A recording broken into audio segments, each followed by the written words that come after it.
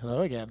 Well, good morning. How's everybody doing? It's good. Thanks for having us back here in Utah. It's been 3 years, huh? Yeah.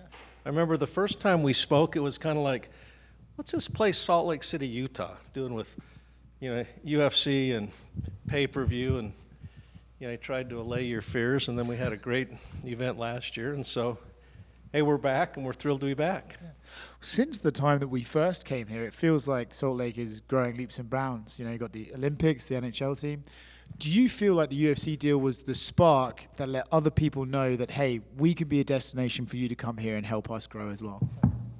Yeah, I think if I recall, the first year we started talking about our Olympic legacy, right? Sport and Olympic legacy, we've hosted about 1,100 events. I created the organization back in 2000 for Governor Leavitt.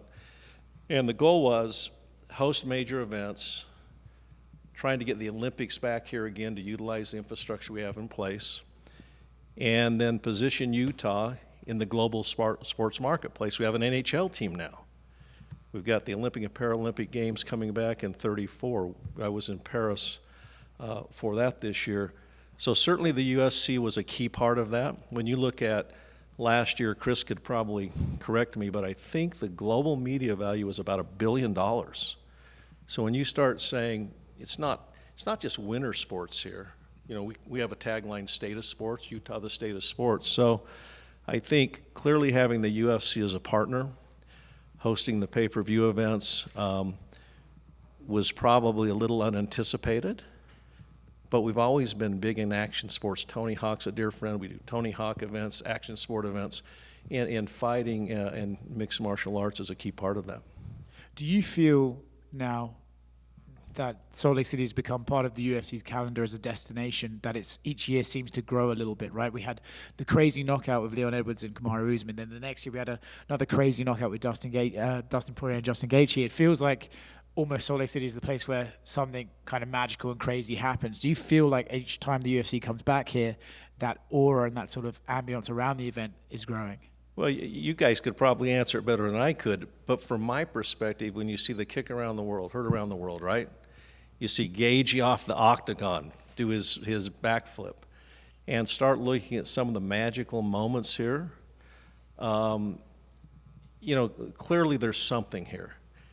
We feel it's a fit for the community. The community supports it, and again, it fits in this kind of sports portfolio we've created. We have, with the IOC in town last week, spent time with President Bach, the IOC leaders, global property. UFC has become a major global property. So I certainly think with the UFC and being a fit for Utah and being a fit for what we're all doing, it is. And on a personal level, right, you mentioned some of your goals to have the NHL come here, the UFC come back here, the Olympics come back here. Personally for you, how satisfying is that to know that this was your goal and you're starting to see it play out, where Salt Lake City is a destination for these sports and Utah is becoming the state of sports? I think one of the goals we've, done a great job at evolving into is it's not sports anymore. It's sports and entertainment, right? We had Dwayne Rock. I was with him about 3 or 4 months ago at a WWE event. So you start looking at this world of sports that we all live in. 3 years ago when we first met, nobody would have thought that the convergence of sports and entertainment would be taking place. Look at the Sphere. So when you look at what's the trajectory of sports, where are we going as a sports industry, where are we going with the MMA, the UFC, Olympics? I had a chance to spend a lot of time with the person over all the Olympic Games. And we talked about sport and entertainment and how important getting to other demographics is becoming. And certainly this whole world of what the UFC is doing, not just as a sports property, but as an entertainment property, I think is creating great value for states and locations that are hosting them. And I think that holds true for Utah as well. Quick one over here, unrelated to UFC, Olympics, or anything. Was there any update on the hockey team name? The Utah Hockey Club, my friend. So that's it right now. They actually have been getting input from fans, and there's a list of names. They've whittled it down a bit. But for right now, that's the name they've chosen. And the one thing with SEG, Smith Entertainment Group, and Ryan, we're all about branding Utah. We think everyone wins in Utah, the cities. So I have a hunch it could be the Utah, whatever the name is, just like the Utah Hockey Club, the Utah Jazz, Utah Sports Commission. So we believe here in our community we have the most iconic mountain biking event in the world taking place next week. We had a top 10 football game taking place Saturday. IOC's in town last week. We have you guys this year, this week the UFC.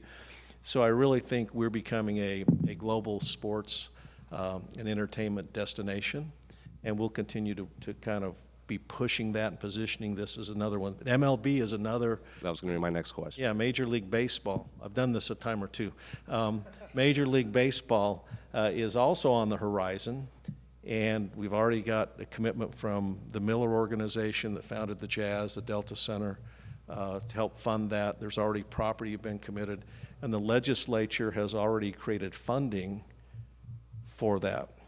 So I don't think it's a matter if, it's just when we get a Major League Baseball team. And so when you look at when we first spoke 3 years ago, talking about this sports, the evolution of sports, how UFC fit into this as a partner, a global partner, trying to get the Olympic and Paralympic Games back. For me, it's kind of interesting to see it evolve, but hey, like all of you guys, there's always the next story, there's the next thing to do. So we're looking out our window right now saying, what's on the horizon? What are we going to do different? What are we going to do to capitalize not only on what we've done to get to where we are right now, but to continue to build on that? Jeff, hopefully I can get this out a little bit, because I don't want to infer that obviously like UFC was the first major sporting event to come to Utah. Obviously the Olympics and what the Jazz were doing with the NBA and all that stuff, like sport's been a part of the fabric of the state for a while. But was there a kind of a feeling that this organization coming back year over year sort of primed the pump, if you will, for a lot of the big sporting organizations to kind of want to come through? Because now you see like Black Desert Championship down south with the PGA and the LPGA Tour coming through, and a bunch of like the, obviously you touched on the hockey club and potentially Major League Baseball and whatnot. Like, are kind of the bigger leagues now sort of seeing success of really big organizations like the UFC and sort of looking a little bit more at Utah, I guess? Yeah, I would think that's fair, although the UFC, since we held the first one in August, has grown and changed remarkably too, right? So it's just not been a static. But I think the relationship we have with the UFC has certainly been something that we can showcase and people can look at. I have people in other cities, other locations saying, hey, what are you guys doing? How do you keep getting the UFC back and pay-per-views? And we've got a great relationship. They've been a great partner. I think we're a good partner and a good fit for them too. So certainly having a marquee event globally like the UFC here is meaningful as we market the state to do other things, sure. Dana likes to talk in really big platitudes. That's just the nature of his personality and whatnot. But what can you tell us about kind of the long-term prospects of this fight, other UFC fights, that kind of thing with the state? Well, there's a couple of things. We did a media study before the kick heard around the world. It's an interesting data point. And we said, what was the global media value? I think it was about 700 million. I said, but I want to extend it another 3 months. See what the pickup is after the fight, because we knew there would be a lot of additional media and social and digital value that would be generated from that kick, right? And we ended up on about just under 900 million, if I remember right. So again, the value that the UFC has to us in terms of a community event, I think is really, really significant for organizations like ours. We're always trying to look at how do we position the state, how do we do things that will position us for the next opportunity, and Dana, we love Dana, but you're right. He throws platitudes, but I'll also throw some platitudes back to the UFC. They've been a great partner.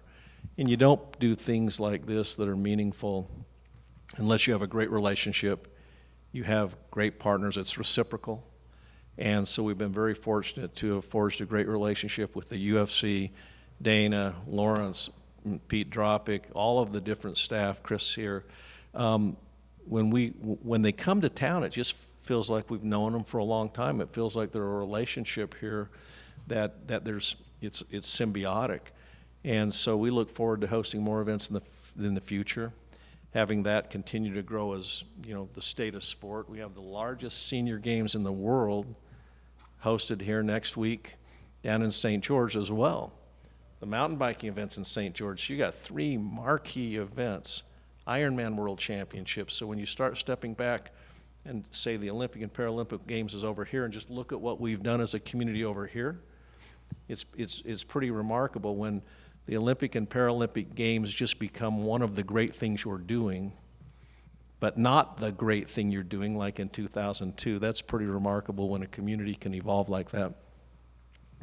Last thing for me, and I just barely kind of thought of this, but obviously having a local fighter on the card now officially in Court McGee, what kind of a big deal is that for, you're talking about community, the fight community obviously, but just the way the Utah community embraces, is that a big deal for this event? Well, yeah, I was just talking to Patrick Fishburne, who's on the PGA Tour. We created with a golfer named Tony Finau mentoring program that he and I created to try to get other players on the PGA Tour. Tony was in the President's Cup last week.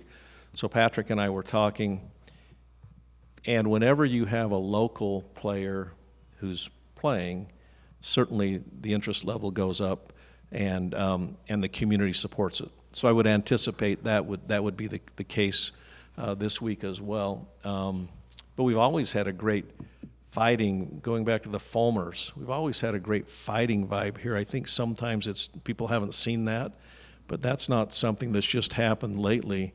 We've always had a really strong boxing community, fighting community, and so having the UFC here, having Court fight, and also have others who are fighting. And I think, not unlike the Olympic and Paralympics, as we continue to host more of the UFC events, I think you'll see more people training, more people locally getting involved, and I wouldn't be surprised if over the course of the next 10 years you see some emerging fighters from here that are significant.